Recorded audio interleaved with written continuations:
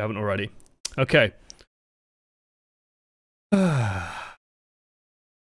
So, back with questions. Let's do them. It used to be that everyone should know how to play Lucio. Is this still the case? Somewhat. Like, it's still just a very valuable hero to know how to play, because Lucio... Actually, green's still speckling. Yeah, oh, fuck me, that's distracting. What is causing that? Maybe if I just shift this way? There we go. Now my hat's speckling, but that's fine. Like having a speckly hat. So the thing with, like, understanding Lucio is that understanding Lucio is very, very, like, central to the game and understanding how the game flows and how it works. Lucio at his best is controlling how the game flows and ebbs and how people position, how they engage and disengage. All that kind of stuff is controlled by this man who's dancing around on screen. So by playing Lucio and understanding Lucio, you kind of get a better game feel for, like, this is a push, this is not a push, this is when we should push, this is when we should have a support ultimate to back us up. Like, you will get that understanding from playing Lucio. You also get some of it from playing Reinhardt as well, though Winston will take that mantle now. Like, you will learn how these things operate and function. So when I say, like, learn to play Lucio, he's just a good, fun support now. So he's just fun to play. Like, if you are a DPS player, Lucio will feel somewhat natural, because you're not really focused so much on, like, providing moment-to-moment healing or making healing priority decisions so much. You're more focused on engagement, disengagement, but, like, healing to the entire team should they need it, and then how to sort of counter enemy engages. So it feels a lot more natural, a lot more easy to understand. And you're also just doing damage as well, which is fun now. So yeah, I'd still say it's the case. Like, if you are a DPS or tank player and you want a support to pick up, Lucio is a pretty good one. Most teams will still function with a Lucio, so it's pretty good. Your best Zenyatta tip. Don't swap... Like, the most common mistake I see with Zenyatta's. Oh, God. I have an interview to be a flight attendant on Monday. Have any tips for me, coach? Be professional, be polite, and answer questions honestly. I'll actually do a job interview question. Like, I'll do that question now for the job interview. If you go to a job interview and they turn you down, that's not necessarily a bad thing either. Like, there will be, especially if you are, like, really just applying for tons and tons of jobs and you go to a job interview and the interviewers turn you down, that might not be a job you're suitable for. It might not be a job that you would do well in. So if you hate, like, for me, I used to work in an office, like, doing PPI complaints. So I used to address PPI complaints. So I was working for the bank at the time. And basically, I would read complaints, and then I would try and fix the complaints, and, like, I'd reach out to people and say, hey, I'm calling from the bank, we've seen you complain about your PPI policy. If you don't know what PPI is, you lucky bastard.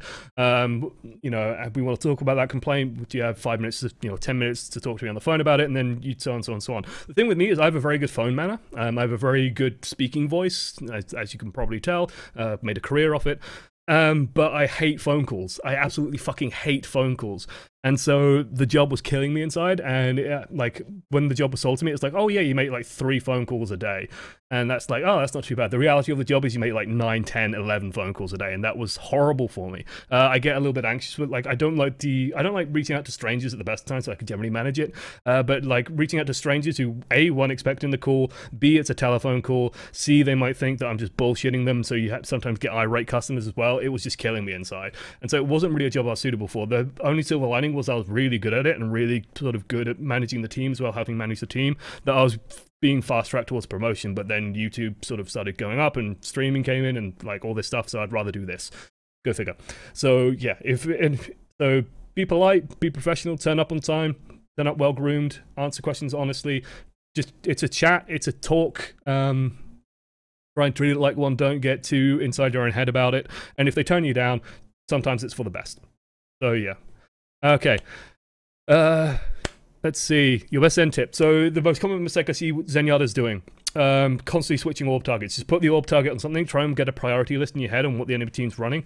I can actually do this very quickly if I bring the UI up. Can I leave? No, I can't leave chat on screen doing this. So very, very quickly. Moderate priority, but going to be hard to put the orb on. High priority to put the orb on if she's engaging. Very high prio if he's going deep again and Winston's on him, for example. High priority. Moderate priority, like moderate to low priority.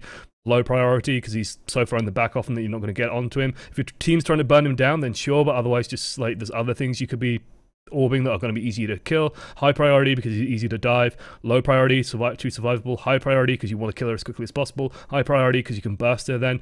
High priority because it makes her life incredibly difficult. Relatively high priority if he's engaging, put the orb on him, he'll wraith, put it on someone else. It's just like to dissuade him. Moderate priority if you get an opportunity to put it on him, it's pretty good to keep it on him because it makes him uncomfortable. But other than that, like, your team's probably going to try and burn something else, or they're just going to burn the Reinhardt. High priority if he's poking out, it makes it hard for him to do his job. Moderate priority because he's going to be hard to finish off. Low priority because he's just going to get away. High priority if she's engaging and you can actually get on her. Low priority otherwise. Low priority because you can just kill him regardless. High priority because when she's going into the back, if you put an orb on her, you can kill her much easier and your team can kill her much easier, so it just limits what she can do. Low priority because she's going to be so far in the back that it's going to be hard to get to her anyway. If your team can get to her and you can put an orb on her, sure. And it'll give you positional information as well. Super high priority if he's jumping in or engaging, put it on him, blow him up. It works a wonder. High priority if she's on high charge, otherwise leave her alone. And high priority because your team's probably going to focus on him. Some of these, like, I realized I said about half the cast is high priority, but a lot of it has like situational caveats of like, okay, we want to do this. I put the orb on X. Let's dive on X. Don't change it every 2 seconds just because you can. And there's a big instinct in doing that. Just relax, call out who you put it on, and keep it on them. So I say like super highest priority is like pharmacies. Really, really high priority. Winston's when they engage, really, really high priority. Then stuff like ulting Genji's traces that are harassing you. Also fine, like, don't just leave the tracer alone, put the orb on her, try and land a shot or two, she has to recall, she has to get out. So it's sort of saving you, it's your own self-peel, basically.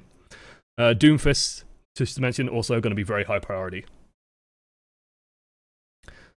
Anyone staying up until 5 to watch the last day of the World Cup first round? Oh god, I still need to catch up to yesterday, to be honest.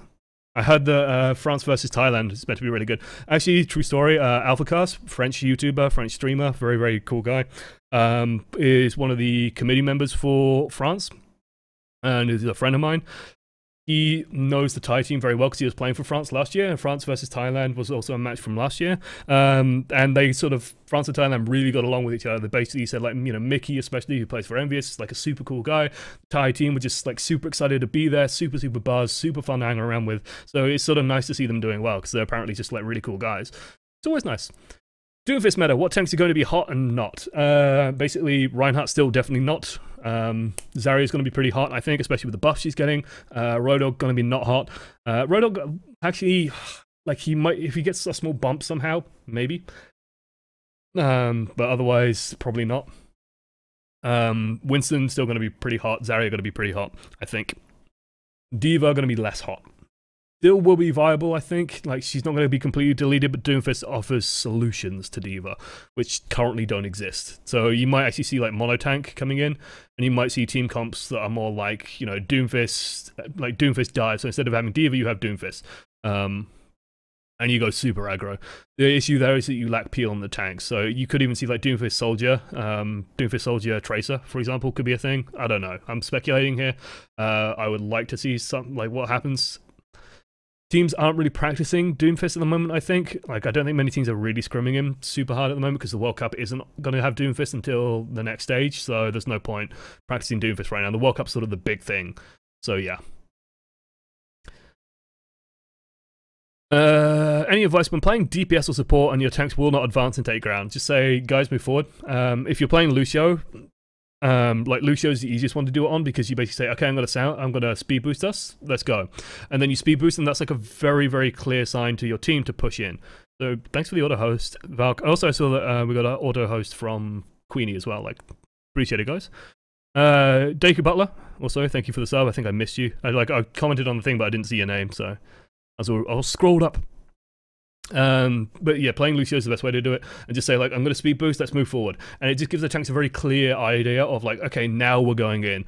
When you're playing Zen, it's much, much harder because you can't tell, okay, tank, move forward. Like, all you can do is say, let's move forward, guys, let's move in, let's push through and try and get in there. If your tank's just deathly afraid, he's a bad tank and you might lose.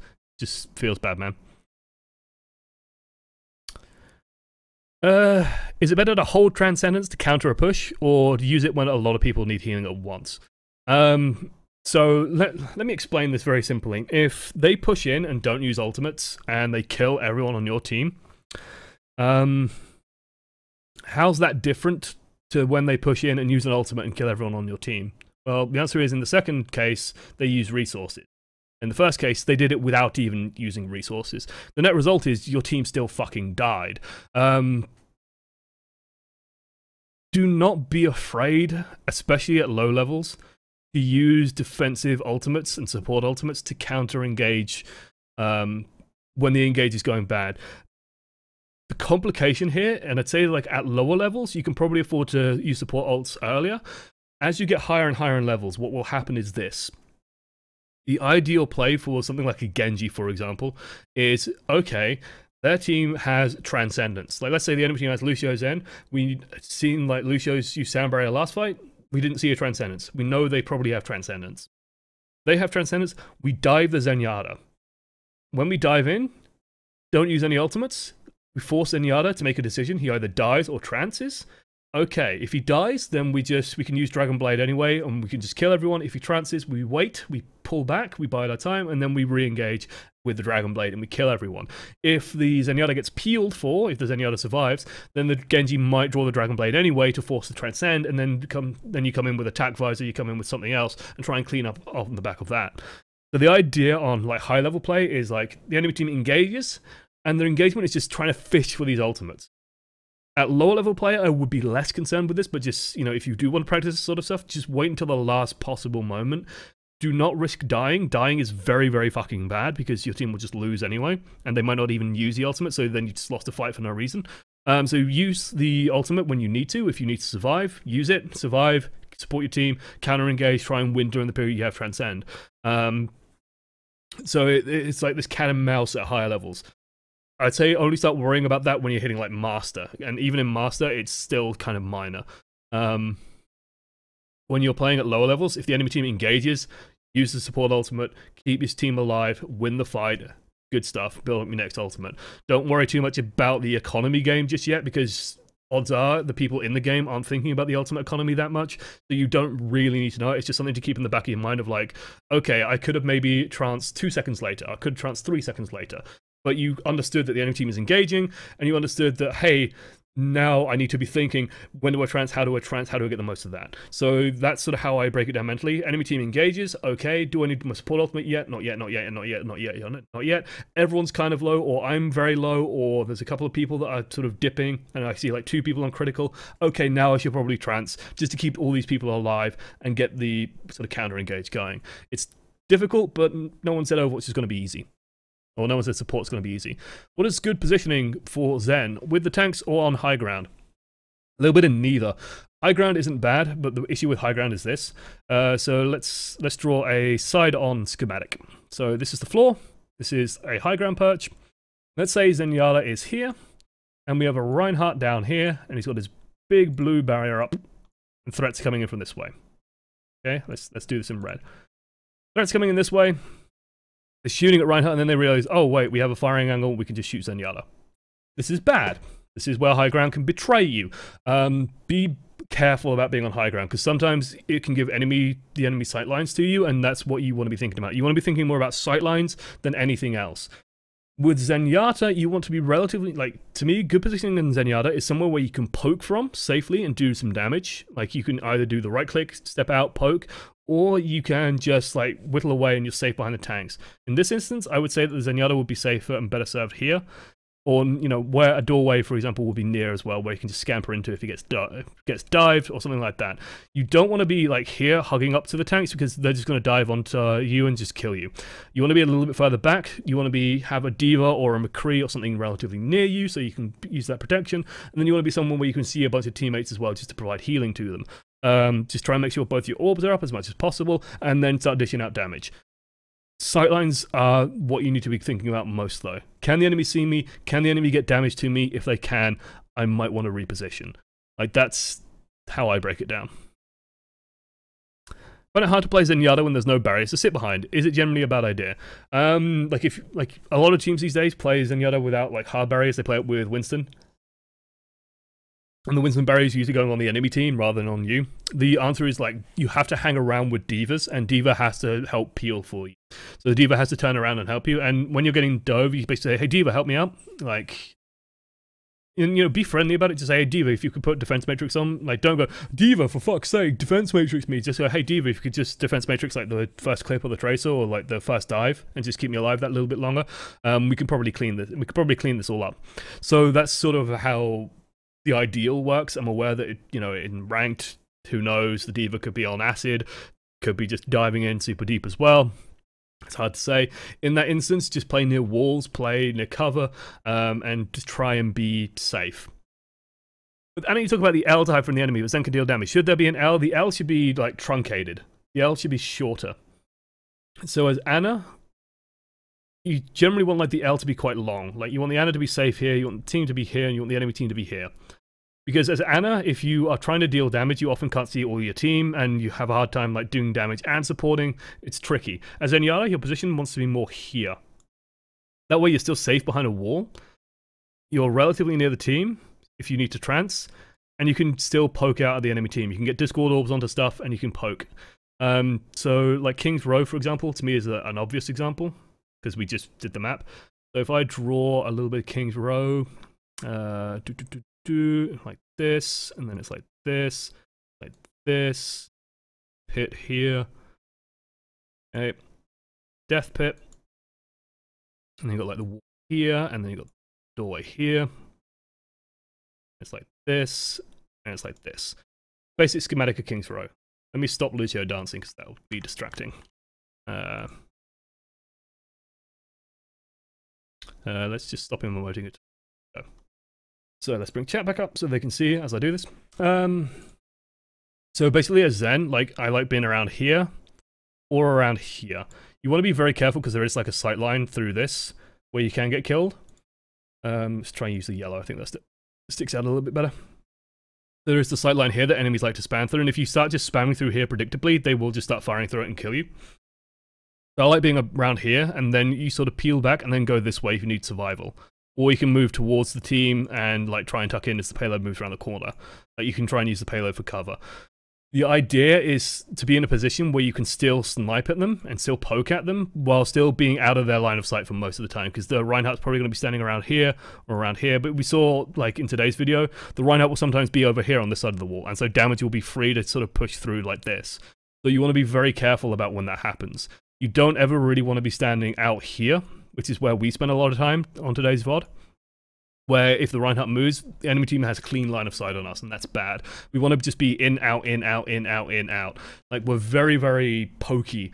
Especially if if the tanks are moving around a lot, then we can't just stay safely behind our team. So yes, we want an L, but we want an L when it's smaller. The exception is if they have a Sombra, or if they have, like if you have Trance ready and it's the final fight coming up. In that case, be further away. Make the Sombra make a decision. If she EMPs you and kills you and it's just you, fine, great. If she EMPs the team, then you can trance it and save everyone.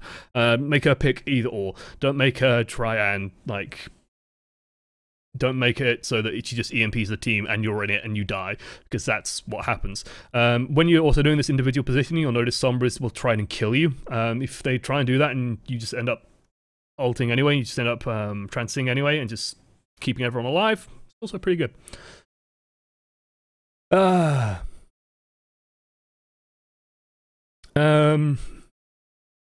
So yeah, that about covers it. If you don't talk, you lose more due to being quiet and not taking that step versus getting a call wrong on the fly. So I actually mentioned during the VOD that I would talk about this. Hey, thank you, Ready Mayor, as well. 7 months, Jesus. Been a while since I caught a live, longer since I saw a Sombra coaching. Might actually have a Sombra VOD. I might have a Sombra VOD. Sure, there'll be one coming up. Anyway. So I was going to talk about making calls. So when making calls as Zenyatta, like, you don't even have to do anything particularly fancy.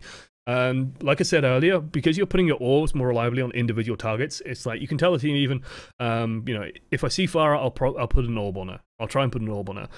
If Winston jumps in, it's like orb on Winston. That's all you need to know. Or Winston Discord. And that's all you need to say to your team. Nice and calm, Winston Discorded. Farah Discorded. Okay, Mercy's Discorded, she's to the back right. And, like, you just provide these little snippets of information, and it gives your DPSs, like, an easy indication of, oh, Farah's Discorded. I should probably shoot that, because I can kill it easily. You you don't have to do anything fancy. The next step beyond that, like, and you can see these are very small things. The next step beyond that is if you are with like a Lucio, work it out with the Lucio. Like if you both have support ultimates, just say, hey Lucio, I'll Transcendence first, then you use Sound Barrier, because you've seen it countless times, and I've done it countless times where you don't do that communication, and then something happens and you both ult. Trance, I would say in general, should go first, just because Transcendence is instantaneous.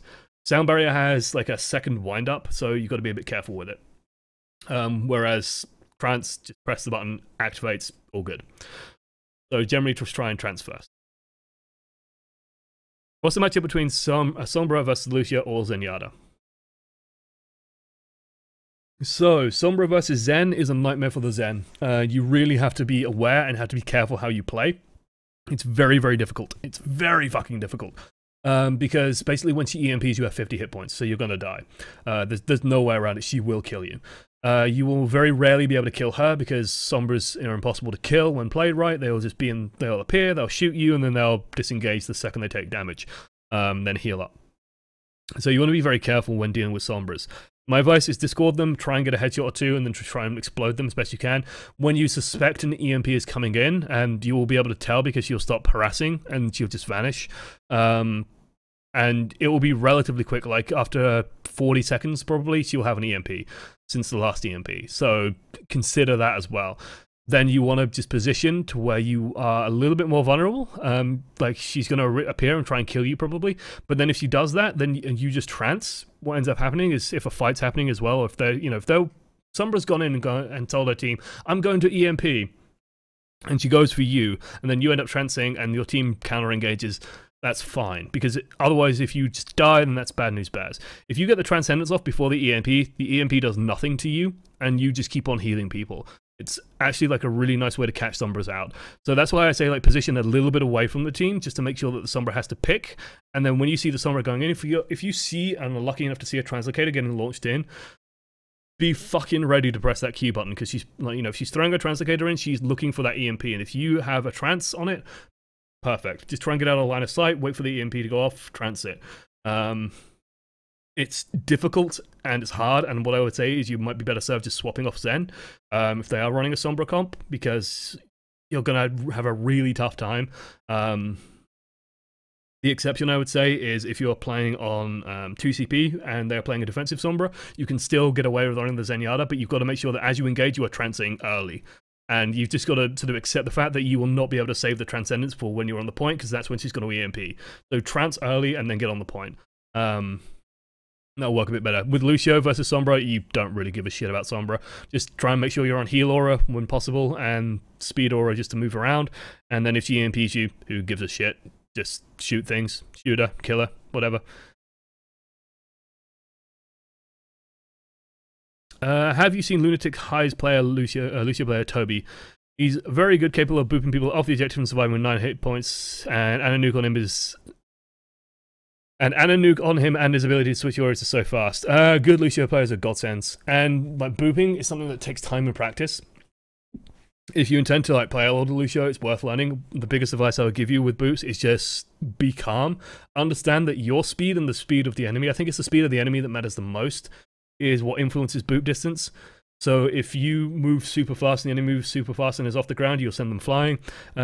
Just, understand the maps where it's super strong. King's Road final point, you have a good boop location. Ilios, of course. Lijiang Tower, of course. All very strong for booping. There's bound to be more. Eichenwalder isn't bad on the bridge, for example. You can generally get some good stuff off there. It's a little bit tricky, but you can generally try and get something. And understand that the value of getting a boop is you instantly kill someone. Like if it's a boop kill, great. If you're just displacing people at the point, it's also super important, because it would just give you a couple more inches on the ground, and that is vital. So you kind of want that. Best way to practice leading shots with Zen, play Zen. Play them in quick play, work on your aim. Shoot at people, try and realize, are you under aiming, are you over aiming? If you need to take your time with it, just like click shot. You'll hear me. Just do this instead of holding down the mouse button, you'll find your aim works better. And yeah, go with that. When should you choose Ana versus Zen on defense points? In general, I prefer Ana on defense. She's just a little bit harder to dive. She has a lot more in the toolbox. And when you are playing defense, it's less likely to have like a Genji and a Tracer running 3 miles away. The reason why Zen is better than Ana is he's just more consistent in his healing. So you can generally just reliably heal like it's Genji or a Tracer. You can reliably heal the Winston. It's not too big of an issue. You can also counter the enemy Winston quite strong, but Ana can do that too. It's somewhat a matter of preference, but in general, I could say Ana is slightly stronger on defense. That might just be me, because I'm more of an Ana main than a Zenyatta main. The weakness that Ana has is that, you know, if you're on offense and your team's diving away from you, you are very vulnerable, so Zen to a degree, and you are very, like, you will have a very hard time healing people who are fighting an enemy team with an enemy diva blocking all your healing and an enemy Winston bubbling shit off, and it just becomes a fucking problem. You won't be able to heal anyone. So, bad. Yeah, I tend to be a bit of a quiet person, yeah. Like, I'm a quiet person too, believe it or not, and I have a stream, so you can do it. Were you surprised by the round win from Thailand against France, or did you expect it? I haven't watched it yet, but I did hear about this. I'm not too surprised. Like, I think France... This is kind of like the weird statement to make. I think France will still win it, but I don't think it will be the shit stomp that people are expecting. I think people are expecting Rowe to go in there and fucking roll over everyone without too much issue. But if you watch the game they had, like not last night, but the night before, like it wasn't a complete stomp. It was actually a little bit close against a team that France shouldn't have too much of a problem with. And so, sure, France went 4-0, but it wasn't like a... If you watch the games, it wasn't like a stomp 4-0. It wasn't like China versus Romania. It was actually a game. So I think, like, France, not necessarily as invulnerable as people expect. So, yeah. Well, every high-level Lucio that I watch switches songs all the time, like every half second or so. It helps with your ability to evade. So, basically, like, as you are trying to evade damage and move around... I know DSB Stanky has guides on this, you know, most prolific Lucio main. So basically, like, whenever he's touching the wall, whenever he's touching the ground, he's trying to speed boost, and whenever he's touching the air, he's trying to heal, I think is the way he tries to arrange it. And it's just because you can as well. Like, you can try and keep both auras up. The important thing to understand isn't the ability to do that, it's the ability to know when to use which aura. If you're engaging and you're trying to close gaps, make sure you're on speed aura. If your team's taking a lot of damage, make sure you're on healing aura. It sounds fucking obvious to say, but we saw instances in this game where the team was engaging, but we weren't on speed. We were on heal for some reason. And the team, like the net time it takes for you to, you know, the amount of time it takes for you to close in, this takes a certain value of T. If T is smaller, this is T1, this is T2. If T2, my handwriting is abysmal apparently on this.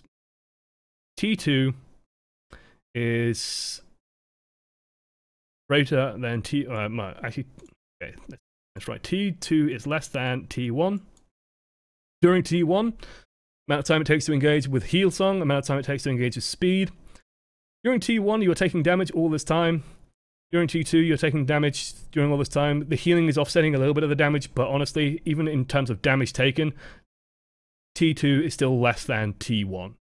T2 will give you less damage taken because you are moving in faster, engaging faster, getting into position, and then fighting.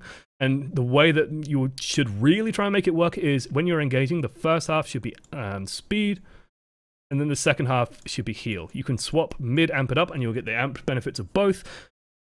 Get in as fast as you can using speed boost, swap to heal halfway through, pick people back up as they offset all that engagement damage. You're in position, you're killing people, it's all good stuff. And then you might swap back to speed as amp it up wears it off, just to keep people being mobile and dodging damage. Good stuff.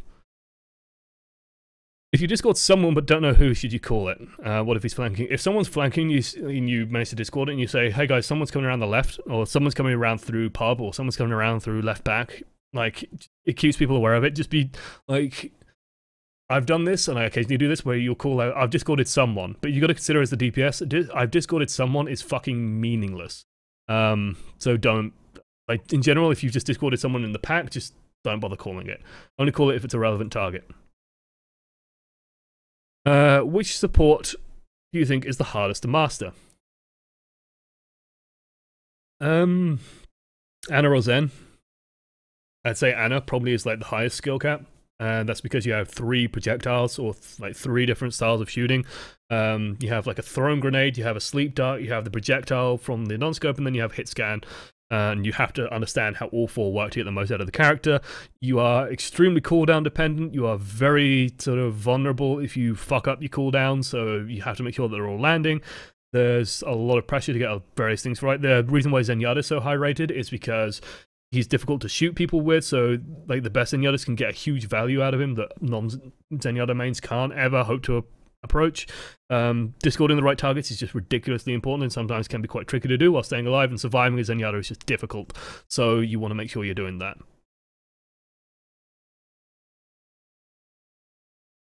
It's Frog for Life. Frog for Life. Welcome. Should I be amping on speed more than heals at a plat diamond level? Probably. Like, anytime that, you know, healing is something you do passively. When you're trying to be active, that's when you want to be speed boosting. Healing to me is like, okay guys, we just want to reset and heal back up. I'll just hang around on heal aura, pick everyone back up. Okay, now we're back on speed. Because if someone's at full health and they're on speed aura, they're still doing a lot. If someone's on half health and they're on speed aura, they're still doing a lot. If someone's on full health and on heal aura, that's doing nothing. If they're on if they're on full health and heal, nothing. Half health, heal, okay, that's fine. So you want to spend most of your time on speed until people start actually taking damage, then you swap to healing. And then you just heal aura, then swap to speed halfway through the amp it up, and people can move around again and keep dodging. Good idea. Let's see. Yeah, Overwatch Central did a video as well, like Master Guy with DSP Stanky, I think, talking to him. They did one with Lucio at the very least. I think it was with Stanky. So worth watching that as well. Someone messaged me. It's popped up on the screen. I think it's about the YouTube vid. Anyway, let's see. Is calling out Discords always beneficial, even in the middle of a fight, or maybe a chaotic fight? Or should you maybe just change your orbs on what the team is focusing at any given moment? If the team's, like, if your DPS is calling out someone to focus, then just swap the orb and don't say anything. If you think that there's something really important, like Winston's jumped onto you and he's like really out of position, you put a Discord orb on him and the DPS is running ahead, call out, you know, Winston backline, Discord, turn, and like that is a valuable call for your DPS because it's an easy kill. So yeah, go with that. Like, otherwise, if you have someone else calling out DPS targets, then just follow the DPS callouts and go with that. Otherwise, yeah, you can clutter up stuff. In general, I say like in normal ranked play, people aren't that communicative anyway, so you're not really overwhelming stuff unless you're swapping every second and calling it out. Don't do that. But if you are just like, oh hey, Pharaoh discorded, like, or Pharaoh top left discorded, out of position, go. Like, people will work with that. I don't like phones very much at all either. That job will kill me too. It was horrible. The people, like, I had a great manager, although the manager above, like my line manager, I think it's called, was great. My thingy manager. Why is my... Come on, don't dip. There we go. I want to, like, enjoy the recursion. For some reason this just went fucking crazy. It always worries me. Seems to be okay now. But yeah, I can't remember what the term is, like the position, like the head manager was a complete arse wipe. Anyway, I know I should switch off Diva when the enemy has a Zarya and Mei, but I'm never sure what to. Help, please. If they're running Zarya Mei, like, and you have a Reinhardt, Zarya will be fine. Zarya will be fine to deal with that. Otherwise, yeah, I'd say like Zarya is probably the easy pick. Don't pick Winston necessarily into that unless like you have a really aggressive team. Even like at a stretch, I'd say that like people would meme about this, but honestly, I'd say even Roadhog would be alright with it. Like, you would have an easy time hooking those targets and just blowing them up.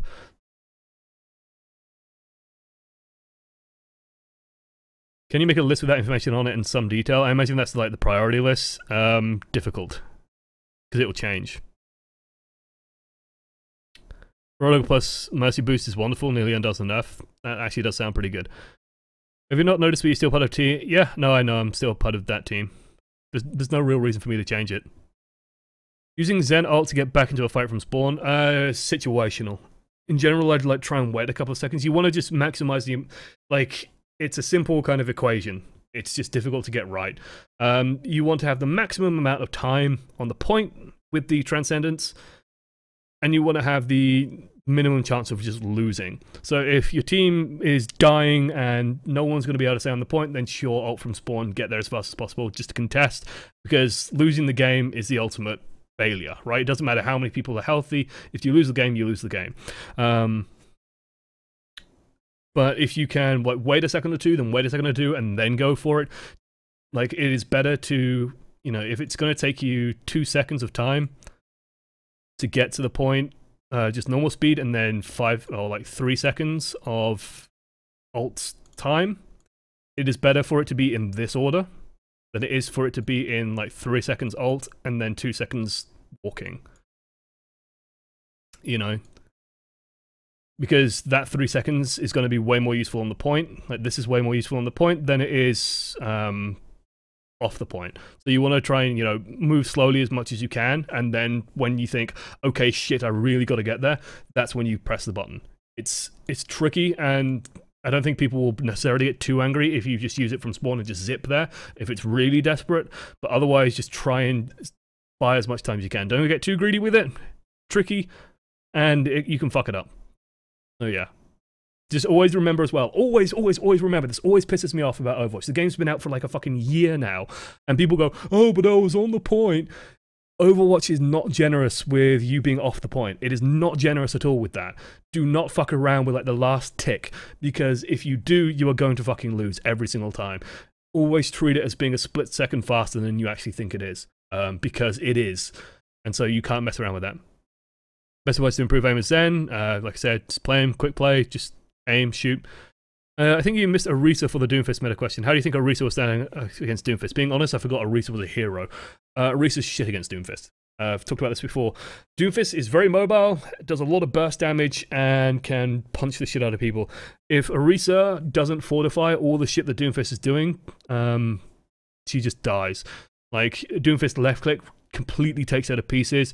It's very easy to hit her with ability, so you'll be getting barriers. Doomfist just punches her all over the place. It's like that lore battle is incredibly weighted towards Doomfist. If the enemy has a team as a Sombra, should Lucio try to outweight EMP before break it down, or should he use it to just save his team? It's tricky. In general, you should probably just wait and like hide. Like, if you sound barrier, she is going to EMP. If you're going to lose the fight, then it's a nightmare situation. You got to just try and go for it regardless. Like, I would say that losing the fight and not using sound barrier, if you are committing resources to that fight, if you are actually like going in and fighting that fight, then you've got to do it. You've got to just do it. Shield EMP, okay, fair enough, whatever.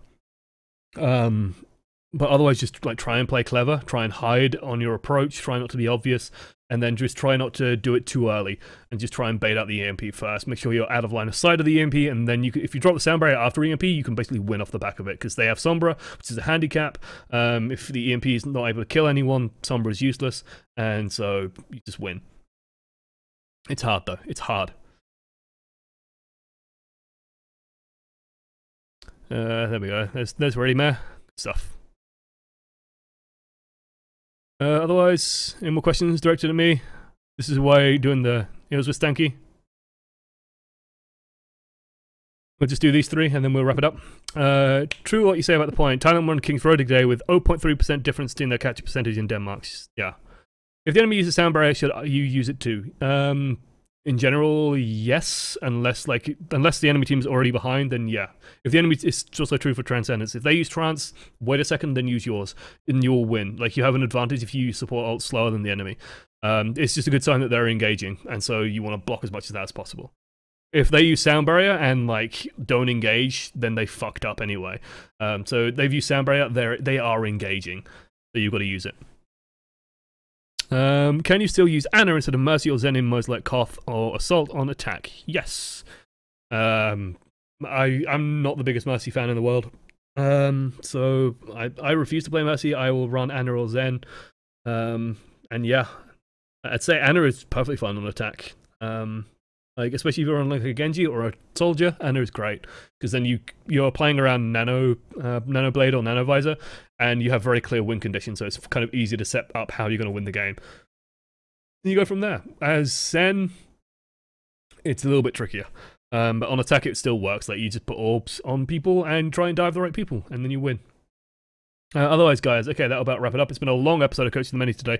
Thank you so much for joining me. If you do want to send in footage, then there is in the description below, if you're on YouTube or on the chat right now, send it into oamreviews@gmail.com. Include the hero name and rank in the description. Include if you're a sub or not. Subs have slightly higher priority. I think, today was a sub. Of course it was. And so, yeah, and include a description, just a little bit about like what happened in the game, if you found it close, if you don't understand why you lost, or if you don't understand why you won, maybe, what sort of things you want me to focus on, maybe, as well. So here it was like, how do we engage, how do we disengage, how do you be aggressive, all that kind of stuff. So we tried to focus around that sort of thing. And yeah, otherwise, thank you for watching to the end. If you do want to come watch us live, I heartily recommend it. It's a much better show live than it is on YouTube, and I am free to answer questions and stuff, although I do notice that people like help each other out and answer questions occasionally in the comments, which is always good. But if you do want to come by and watch it live, it's 10 PM British time, which is British summer time at the moment, BST, on ESL_OneAmongstMany. It's all in the description below. I tweet when I go live. It's easy to find me. So yeah, should be good.